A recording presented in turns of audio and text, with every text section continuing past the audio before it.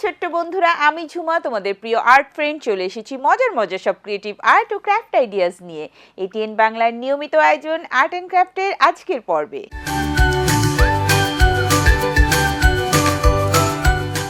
ছোট্ট বন্ধুরা, আজ আমাদের আর্ট অ্যান্ড ক্রাফট সেটে আমার সাথে আছে দুজন ছোট্ট বন্ধু, আদিত্রি এবং হামজা। হ্যালো। হ্যালো আপু, কেমন আছো তুমি? আমি ভালো আছি, তোমরা কেমন আছো?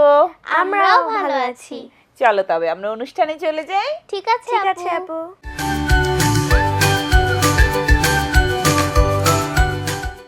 ছোট্ট বন্ধুরা, শুরু করছি আর্ট অ্যান্ড ক্রাফটের ফার্স্ট সেগমেন্ট ইজি আর্ট। আর ইজি আর্টে আজকে আমরা আঁকবো বীরশ্রেষ্ঠ নূর মোহাম্মদের প্রতিকৃতি।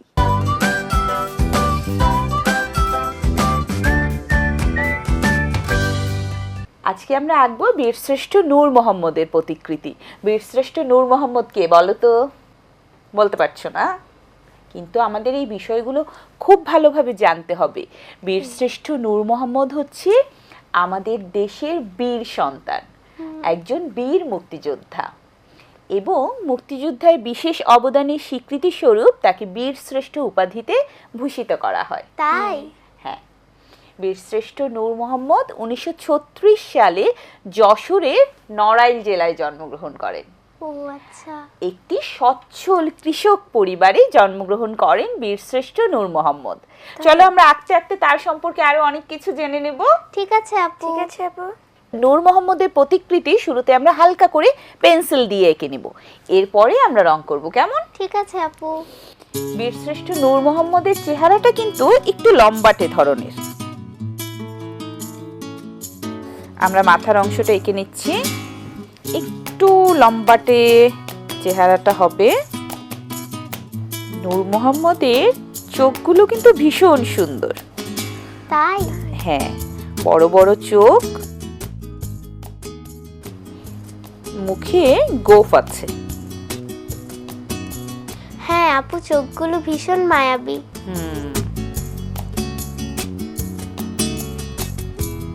এবারে আমরা রঙে চলে যাব। ঠিক আছে আপু। আমরা এক কালার কালো রং দিয়ে তার প্রতিকৃতিটা ফুটিয়ে তুলব। ব্যাকগ্রাউন্ডে আমরা হালকা একটা রং দিয়ে নিব। ঠিক আছে আপু। আমরা যে কোনো দুটো হালকা এবং গাঢ় রং নিয়ে নিচ্ছি। আমরা এখানে কমলা নিয়ে নিচ্ছি, সাথে নিয়ে নিচ্ছি নীল। ঠিক আছে আপু। জাস্ট একটু ব্যাকগ্রাউন্ডে আমরা ওয়াশ দিব এই কারণে। আপু জানো, বীরশ্রেষ্ঠ নূর মোহাম্মদ 1936 সালে জন্মগ্রহণ করেন এবং 1971 সালে মৃত্যুবরণ করেন। হ্যাঁ, বীরশ্রেষ্ঠ নূর মোহাম্মদ যে একটি সচ্ছল কৃষক পরিবারে জন্মগ্রহণ করেছে, তার বাবার নাম কি জানো? আমানত শেখ। আমানত শেখ, এবং মায়ের নাম জেন্নাতুন্নেসা। আমরা পাতলা করে নীল রংটা এভাবে আমরা একটু ওয়াশ দিয়ে নিব।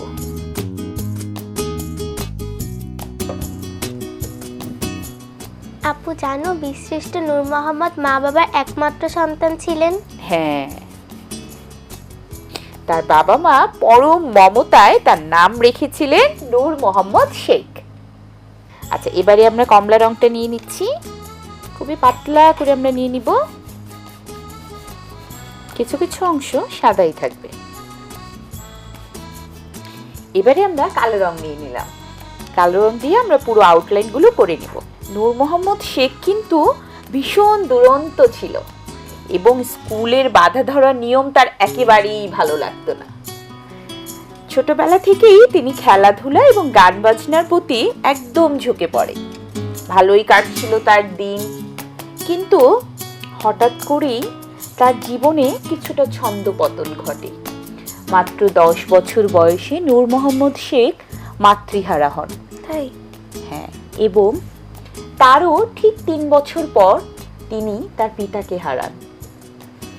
আমরা নূর মোহাম্মদ শেখের ছবি আঁকতে আঁকতে তার সম্পর্কে আরো অনেক কিছু জানবো। আমরা এবারে কালো রং নিয়ে নিচ্ছি। কালো রং শুরুতে আমরা কোথায় দিব বলো তো?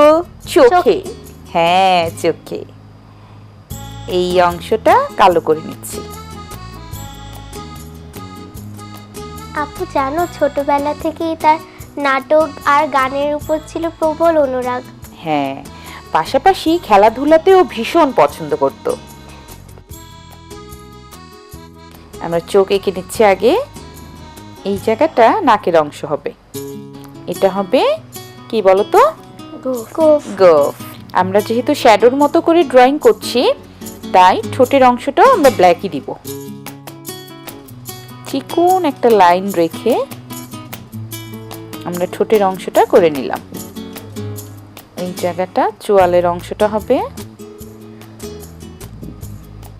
নূর মোহাম্মদ শেখ যখন তার বাবা মাকে হারায়, তখন এই বাবা মার শোক ভোলার জন্য আরো বেশি গান বাজনার প্রতি ঝুঁকে পড়ে। তাই বাবা মা হারা নূর মোহাম্মদ শেখকে সংসারী করার জন্য কিশোর নূর মোহাম্মদকে মাত্র 16 বছর বয়সে তার চাচি পাশের গ্রামের এক সুন্দরী নারী তোতা বিবির সাথে বিবাহ দেয়।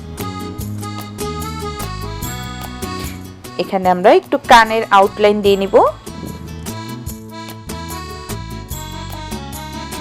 জাস্ট কালো রং দিয়ে আমরা আউটলাইন গুলোকে একটু লাইট শেডের মতো করে দিয়ে নিচ্ছি।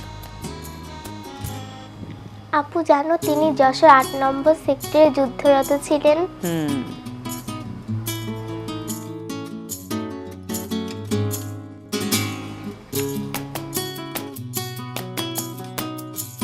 বীরশ্রেষ্ঠ নূর মোহাম্মদ শেখ আজ আমাদের মাঝে নেই, কিন্তু আমাদের বাংলাদেশ যতদিন থাকবে, আমাদের বাংলাদেশের ইতিহাস যতদিন সকলেই জানবে, ততদিন পর্যন্ত বীরশ্রেষ্ঠ নূর মোহাম্মদ সহ সকল বীর মুক্তিযোদ্ধাদের বীরত্বের কাহিনী স্বর্ণাক্ষরে লেখা থাকবে আমাদের ইতিহাসে, আমাদের হৃদয়ে, তাই না? জি আপু। আমাদের বেশি বেশি করে মুক্তিযুদ্ধের ইতিহাস জানতে হবে, সঠিক ইতিহাস জানতে হবে, এবং আমাদের পরবর্তী প্রজন্ম, বন্ধু বান্ধব, ছোট ভাই বোন সবাইকে জানাতে হবে। কেমন? ঠিক আছে আপু। আপু জানো বড় হয়ে তিনি তৎকালীন ইস্ট পাকিস্তানের রাইফেলসে যোগ দেন। হ্যাঁ, এই তো আমাদের বীর মুক্তিযোদ্ধা বীরশ্রেষ্ঠ নূর মোহাম্মদের প্রতিকৃতি আঁকা হয়ে গেল। বাহ আপু, অনেক সুন্দর হয়েছে। অনেক সুন্দর হয়েছে আপু। চলো তবে আমরা বন্ধুদের দেখিয়ে আসি কেমন হলো বীরশ্রেষ্ঠ নূর মোহাম্মদের প্রতিকৃতি আঁকা। ঠিক আছে আপু। ছোট্ট বন্ধুরা দেখে নিলে খুব সহজে মাত্র একটি বা দুটি রং দিয়ে আমরা কি করে বীরশ্রেষ্ঠ নূর মোহাম্মদের প্রতিকৃতি এঁকে নিলাম।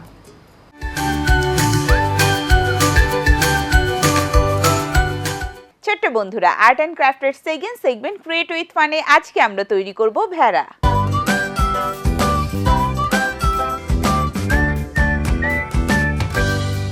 আমরা আজকে তৈরি করব ভেড়া। ভেড়া তৈরির জন্য এই ধরনের মোটা কাগজ আমরা একটু চুরির মতো করে কেটে নিব। ঠিক আছে। মাঝের অংশটাও কেটে নিব, সাইডের অংশটাও কেটে নেব। কোথাও যদি আমাদের কাটা একটু আঁকাবাঁকা হয়ে যায় আমরা একটু ঠিক করে নিব। আর মাঝের অংশটা আমরা কিভাবে কেটেছি বলো তো? আমরা ইঞ্চি কাটারের সাহায্যে কেটেছি, কিন্তু খুব সাবধান, বাসায় যখন ইঞ্চি কাটারের সাহায্যে কাটবে বড়দের সাহায্য নিতে হবে। কেমন? ঠিক আছে। তাহলে কিন্তু হাত কেটে যাওয়ার সম্ভাবনা থাকবে।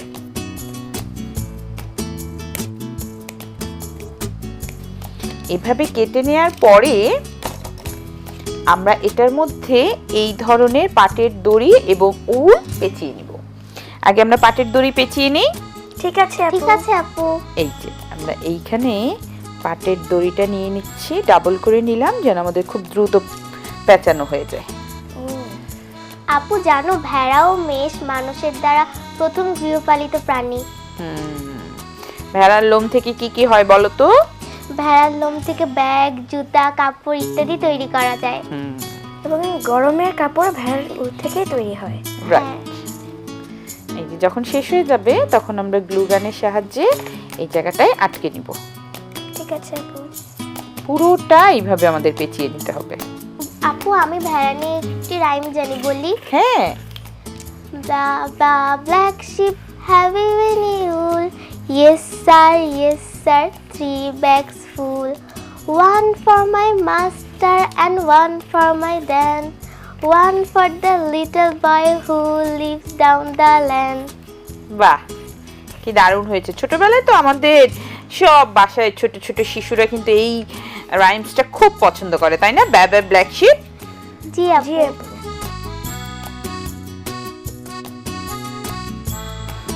এবারে আমরা সাদা রঙের বা অফ হোয়াইট রঙের উল নিয়ে নিচ্ছি। কিছু অংশ আমরা দড়ি পেঁচিয়ে নিব আর কিছু অংশ কি পেঁচিয়ে নেব? উল। উল বা উল সুতা, যেটাই আমরা বলি না কেন, আমরা সেটা নিয়ে নিচ্ছি। আপু জানো 1 বিলিয়নের কিছু বেশি পরিমাণে গৃহপালিত ভেড়ার প্রজাতি পাওয়া যায়। সেটা আমার জানা ছিল না কিন্তু। আমারও জানা ছিল না। আচ্ছা, তোমাদের কি ব্ল্যাক শিপ বেশি ভালো লাগে না হোয়াইট শিপ? আমার হোয়াইট শিপ বেশি ভালো লাগে। আমার কিন্তু ব্রাউনটাই বেশি ভালো লাগে। তাই একটু বেশি পরিমাণেই কিন্তু উল এবং দড়ি লাগবে আমাদের, কেমন? ওকে। হামজা, তুমি কি কখনো ভেড়া দেখেছো? হ্যাঁ দেখেছি, তুমি দেখেছো? হ্যাঁ দেখেছি। আমি একবার একটা ভেড়া কোলে নিয়েছিলাম, অনেক নরম ছিল ভেড়াটা। তাই? হ্যাঁ। এবং ভেড়ার গা থেকে লোম কিন্তু ভেড়া জীবিত থাকা অবস্থাতেই সংগ্রহ করা হয়। তাই হ্যাঁ। আপু? হ্যাঁ, লোম যদি কেটে নেওয়া হয় পরবর্তীতে শরীরে আবার লোম গজায়। হ্যাঁ।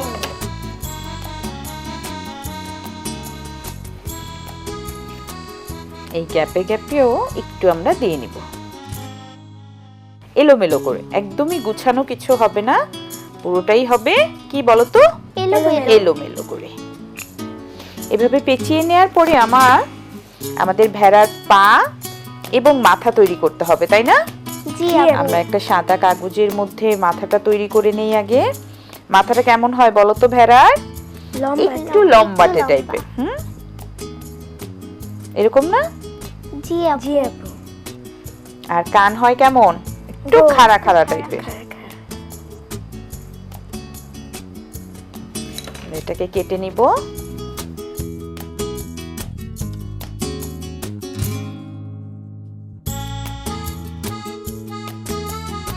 ভেড়ার মাথা কাটা হয়ে গেল, এবারে লাগবে আমাদের কি বলতো, পা, তাই না? জি আপু। দুটো পা কেটে নিব আমরা একই মাপে। এভাবে পা কেটে নেওয়ার পরে এরকম আঙুলে একটু পেঁচিয়ে নিয়ে আমরা একটু কালো উল নিয়ে নিচ্ছি। ছোট করে কেটে এই অংশগুলোতে আমরা একটু কালো উল দিয়ে দিব। ঠিক আছে আপু। আর মাথার মধ্যে আমরা কি দিব বলতো, দুটো নাকের ছিদ্র দিয়ে দিব, আর গুগলি আইস দিয়ে দুটো ছোট্ট ছোট্ট চোখ দিয়ে দিব। ঠিক আছে আপু। গুগলি আইস দুটো বসানোর জন্য আমরা চোখের অংশটা আগে একটু কালো করে নিব।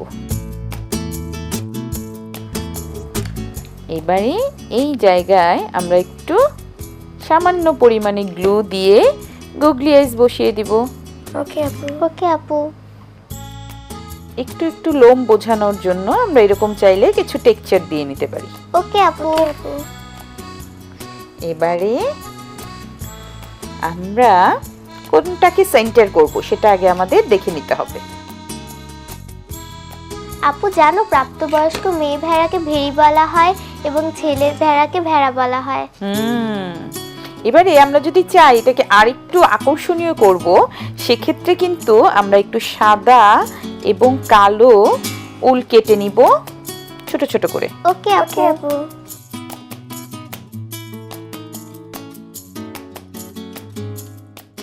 এরকম বেশ কিছু উল আমরা একত্রে করে নিলাম।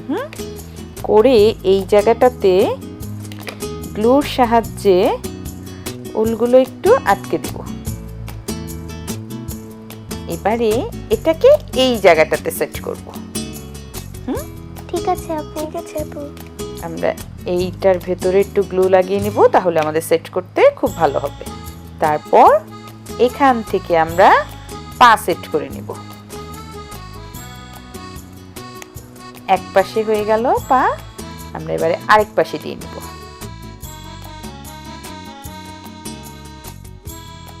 আরেক পাশে আমরা পা লাগিয়ে নিব। আর কি বাকি আছে বলো তো? এই যে লেজ বাকি আছে, তাই না? জি আপু।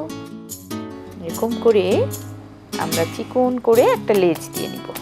এবারে যদি চাই আমরা সুতা দিয়ে এটা এরকম দেয়ালে ঝুলিয়ে রাখতে পারি, দরজার মধ্যে ঝুলিয়ে রাখতে পারি, আবার আমরা চাইলে কিন্তু আমাদের টেবিলেও রাখতে পারি, চাইলে কোনো কার্ডের উপরে পেস্ট করতে পারি। অনেকভাবেই কিন্তু এই ভেড়াটা ব্যবহার করা যেতে পারে, তাই না? জি আপু। আপু চলো। ভেড়াটা কিন্তু অনেক সুন্দর হয়েছে। ভেড়াটা অনেক কিউট হয়েছে। চলো তবে আমরা বন্ধুদের দেখিয়ে আসি কেমন হলো ভেড়া তৈরি। ঠিক আছে আপু। ছোট্ট বন্ধুরা, দেখে নিলে খুব সহজে পাটের দড়ি, উল এবং কাগজের সাহায্যে আমরা কি করে ভেড়া তৈরি করে নিলাম।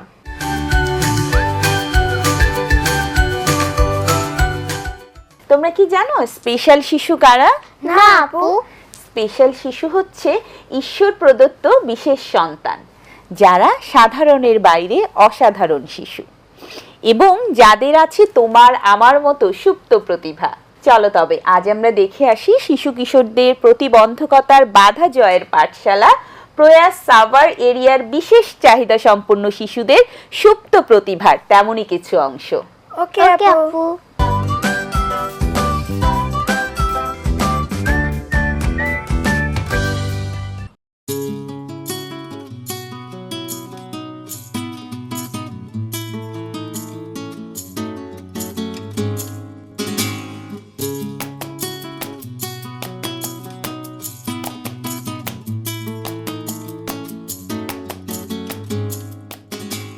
প্রতিটি শিশু জন্ম নেয় অমিত সম্ভাবনা নিয়ে, আর তাদের এই প্রতিভার বিকাশের জন্য প্রয়োজন আন্তরিক পরিচর্যা। এরই ধারাবাহিকতায় বিশেষ ক্ষমতা সম্পন্ন শিশু কিশোরদের জন্য এক দিগন্তের নাম প্রয়াস।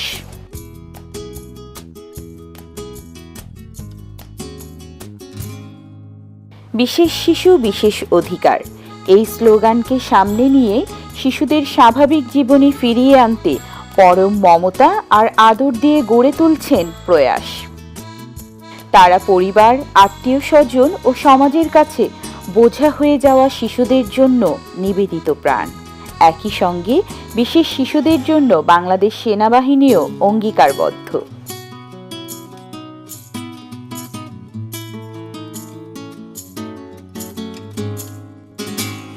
প্রয়াস বিশেষ ক্ষমতা সম্পন্ন শিশু কিশোরদের বাধা জয়ের অনন্য এক প্রতিষ্ঠান। সারা দেশে প্রয়াসের রয়েছে 11টি শাখা। ভবিষ্যতে আরও শাখা বাড়ানোর পরিকল্পনাও করছেন প্রয়াস। বিশেষ ক্ষমতা সম্পন্ন শিশুদের সমাজে সক্রিয় অংশগ্রহণের একটি অত্যন্ত গুরুত্বপূর্ণ মাধ্যম হল শিক্ষার পাশাপাশি তাদের কর্মমুখী শিক্ষায় শিক্ষিত করে গড়ে তোলা, যাতে তাদের অন্যের মুখাপেক্ষী হতে না হয়।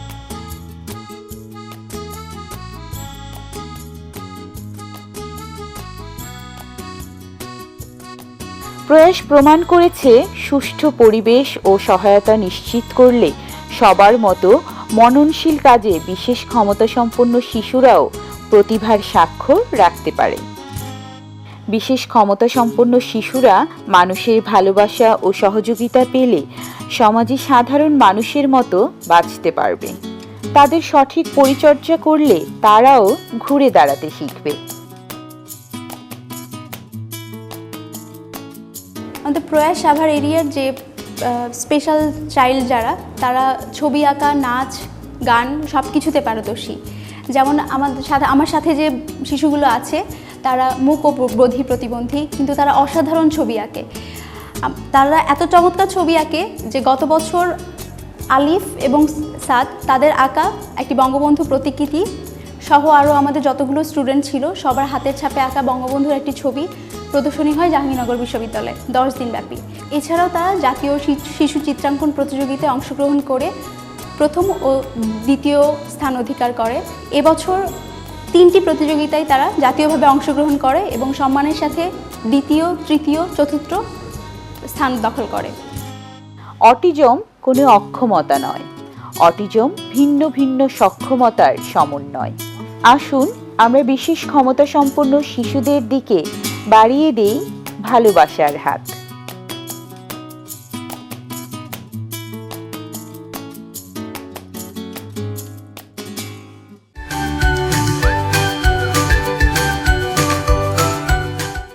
ফ্রেন্ডস, আজ আমাদের আর্ট এন্ড ক্রাফট এখানেই শেষ করছি। আগামী পর্বে আবারও দেখা হবে নতুন নতুন কিছু আর্ট ও ক্রাফট আইডিয়াস নিয়ে। সেই পর্যন্ত সবাই ভালো থেকো, সুস্থ থেকো, এটিএন বাংলার সাথেই থেকো। Bye bye.